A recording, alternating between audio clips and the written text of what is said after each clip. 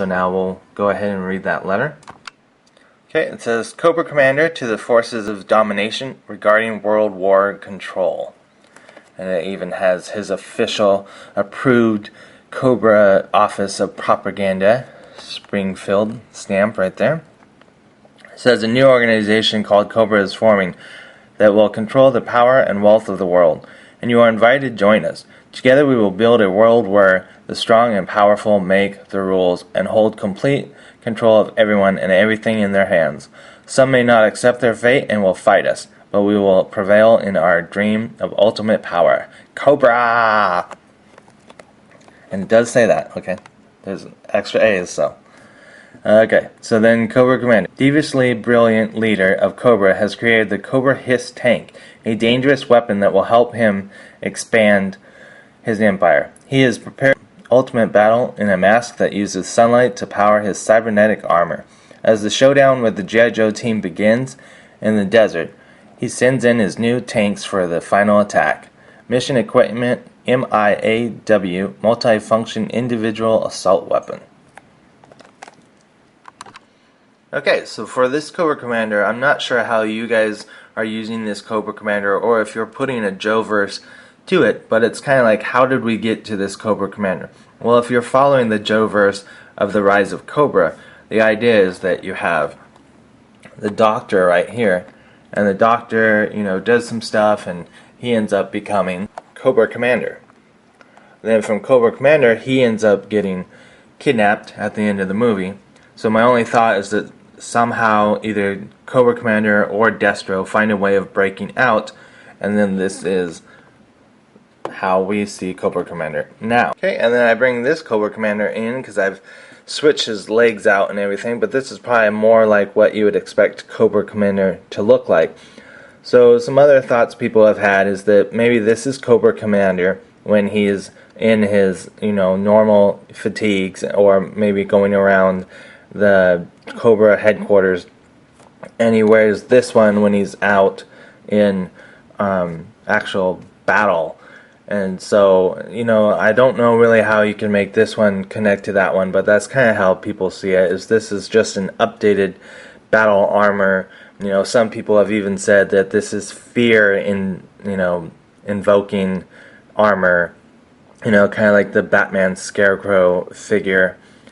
So then the other thing I wanted to talk about is how did we get to this figure right here in mold form and color and everything. So of course we started out with this Cobra Commander here from the Rise of Cobra. And then we also have the Neo Viper right here. And the reason I bring that in is because to get the color of his armor right there, they've actually used that color before, and they used it on the Neo Viper Krensman. So Krensman, Neo Viper, and regular Neo Viper. So then some people are calling this a variant or a repaint, and in some ways it's all those mixed into one, because we'll bring in Pursuit of Cobra Commander, and you will see that he's got a new mask right there, and his armor has been repainted. His jacket's been repainted. It now has a purple motif, maroonish color to it, and even the back of his jacket has been painted with a red cobra symbol.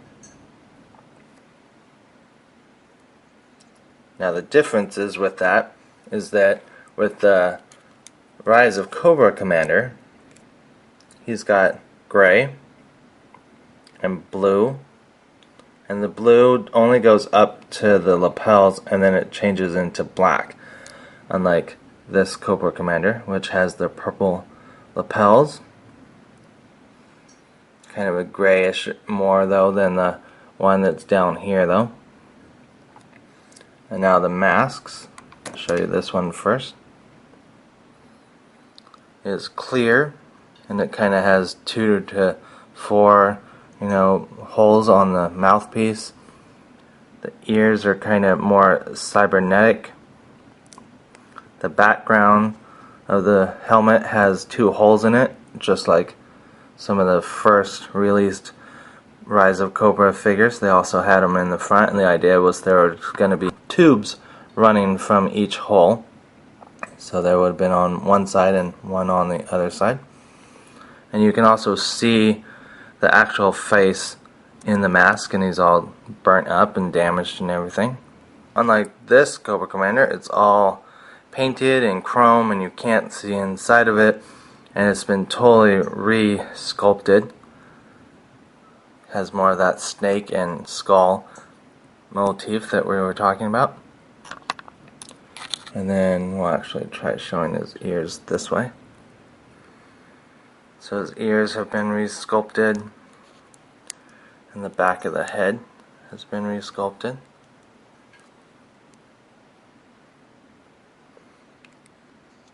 So yeah, very much a remold because of the heads. And then it's a repaint because of the different paints.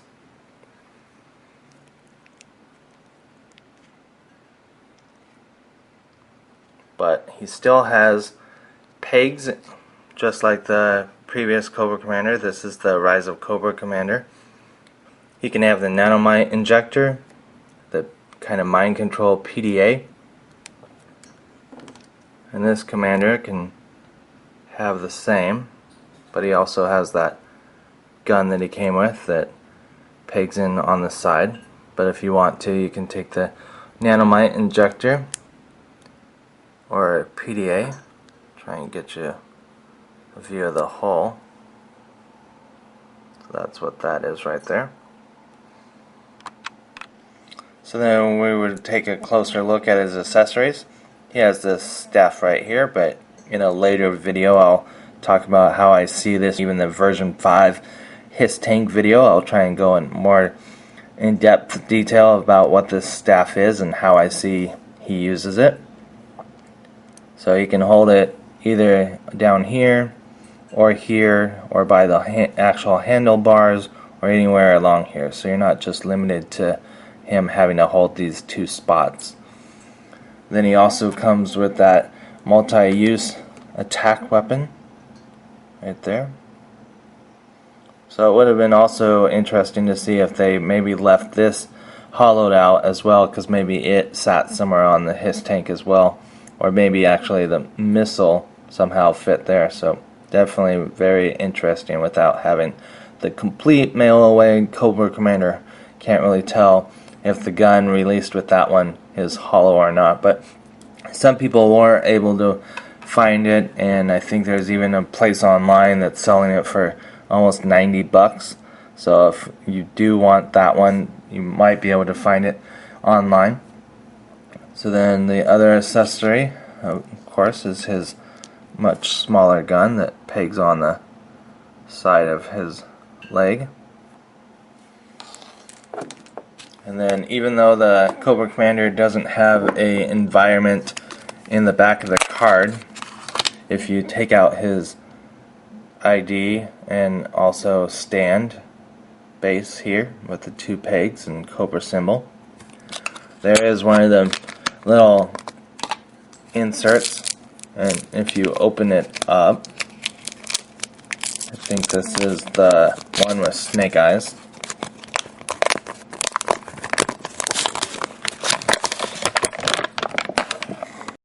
So he comes with a desert battle insert, even though he doesn't have an environment in the background. And in my follow-up video that I plan to do for this, I'll show some more information and some more stuff that I found. But here is also Wave 1 and Wave 2 figures that were released. So we're actually on Wave 3, so all these figures have hopefully been released and found by people. I believe the one that's still being hard to find right now is the Alley Viper, but hopefully revision cases will fix that. So here's Cobra Commander holding his multi-use attack weapon with one hand. Here he is holding it with two hands. It's definitely a different shaped weapon but I can see with, let's say his body armor is powered and he's able to, through the circuits in his arms, and maybe other stuff that's within the armor underneath his jacket, he's able to use that power of the sun not only to power his body and life support and all that kind of stuff, but wouldn't it be cool if he could conduct enough power that it gets translated into his gun there and then blast you away type of thing. Like, maybe it doesn't have a lot of power, but like as he's trying to escape or something, he would just do one of those last things like that and then get the heck out of there. So just some thoughts that were popping in my head. Then some other people have mentioned this, so I'll bring in these two 25th anniversary Cobra Commanders. And you can see that there's a little bit of a cutout in the back there. And the reason why is because, just like the 80s figure, you can put the Cobra Commander blaster, and some people have called it the Dust Buster blaster, so definitely cool to see that, because people calling that a Dust Buster blaster, and then you've got this one here that kind of looks like, to me, some type of steam vac or something like that, And I've seen whether or not this is intentional or not, just like with the 80s figure and the 25th anniversary figure, some people have noticed that if you have the jacket on, because it doesn't work too well without the jacket on, you can peg that in like that. So there's a view of it pegged into his back. Then I wanted to talk about the head sculpt.